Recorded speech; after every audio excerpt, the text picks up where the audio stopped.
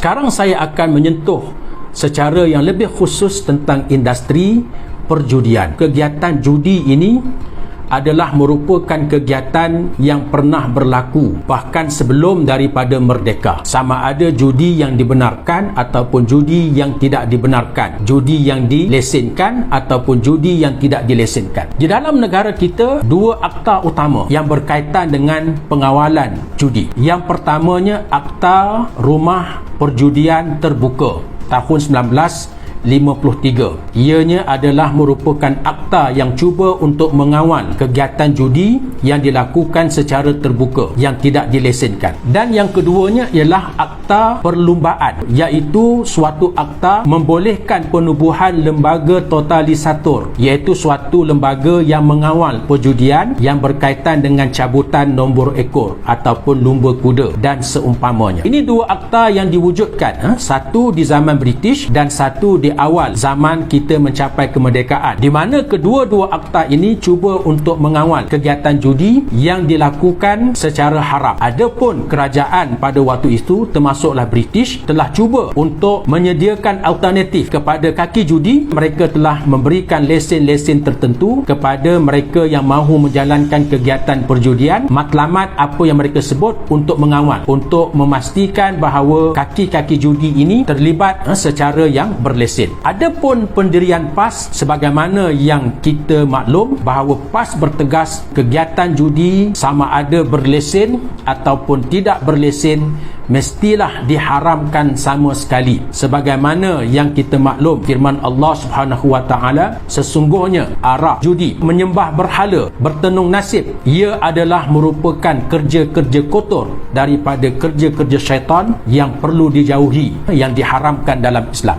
Oleh sebab itu, PAS sejak daripada awal penubuhan sememangnya kita begitu tegas terhadap kegiatan perjudian. Di antara sebab tertubuhnya PAS apabila ada pada waktu itu keputusan yang dibuat oleh parti yang memerintah di bawah British. Mereka mahu melakukan kegiatan judi kebajikan. Maka Biro Agama UMNO pada waktu itu, mereka tidak bersetuju. Mereka bertegas bahawa kegiatan judi tidak dibenarkan. Lalu mereka bergabung dengan para ulama, bergabung dengan anggota-anggota Hizbul Muslimin menubuhkan PAS pada 14 November 1951. Sememangnya kita begitu tegas tidak memberikan ruang kepada perjudian untuk terlibat secara langsung dalam negara kita. Sebagaimana yang kita maklum, apabila PAS menyertai Kerajaan Campuran Perikatan tahun 1972 membentuk Kerajaan Barisan Nasional 1974, PAS telah memainkan peranan yang sangat penting untuk mengharamkan dan mengekang kegiatan-kegiatan maksiat dan mungkar, di antaranya minum arak, jamuan arak di parlimen, di majlis-majlis rasmi kerajaan, dan juga kegiatan judi. PAS telah mendesak kerajaan pada waktu itu supaya mengharamkan iklan perjudian secara terbuka dalam media-media massa, bahkan juga media-media kerajaan. Pengiklanan arak, kalau kita lihat tahun 1960-an dan awal 1970-an, diiklankan secara terbuka dalam surat-surat khabar, termasuklah surat khabar bertulisan Jawi. Ini berlaku pada waktu itu. PAS telah mengambil tindakan penting sebagai komponen kepada Kerajaan Barisan Nasional, mendesak supaya diharamkan iklan-iklan yang berkaitan dengan judi dan arak, termasuklah tidak lagi menyiarkan cabutan spot toto yang dilaksanakan dalam TV-TV kerajaan. Dan ini telah berjaya didesak oleh PAS sehinggalah hari ini iklan-iklan mempromosi judi, mempromosi arak sudah tidak ada lagi dalam media massa, terutama media massa kerajaan dan juga media massa berbahasa Melayu. Demikian juga dengan program-program anjuran kerajaan turut melibatkan minum arak, tari menari biasa dilakukan pada akhir 60-an dan awal 70-an itu juga telah dapat dikekang sehingga hari ini kita lihat tidak ada lagi program-program agensi-agensi kerajaan yang melaksanakan upacara minum arak dan seumpamanya. Ini adalah komitmen apabila PAS menguasai kerajaan. Walaupun kita merupakan komponen yang sedikit, tetapi kita berjaya untuk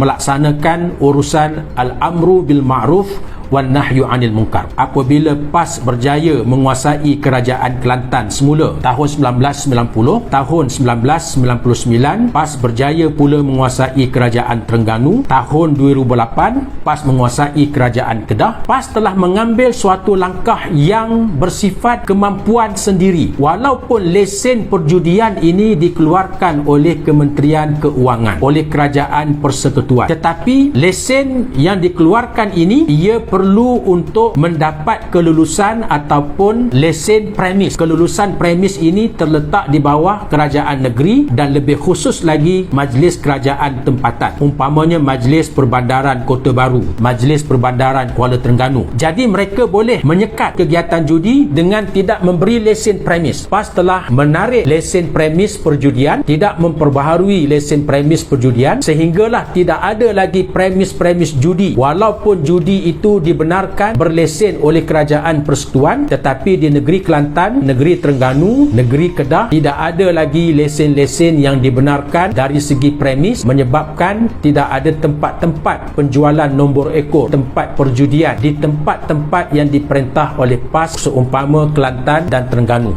Ini adalah langkah yang diambil oleh PAS. Pada waktu itu mendapat kritikan, termasuk DAP mengkritik. Mereka menyatakan bahawa PAS cuba menjadikan negara Malaysia ini seumpama negara Afghanistan, Taliban dan seumpamanya. Sedangkan PAS, kita mengambil langkah sebagaimana yang ada dalam kapasiti kita, terutama di negeri-negeri Melayu Islam, tidak membenarkan ada premis-premis judi di negeri-negeri yang diperintah oleh PAS.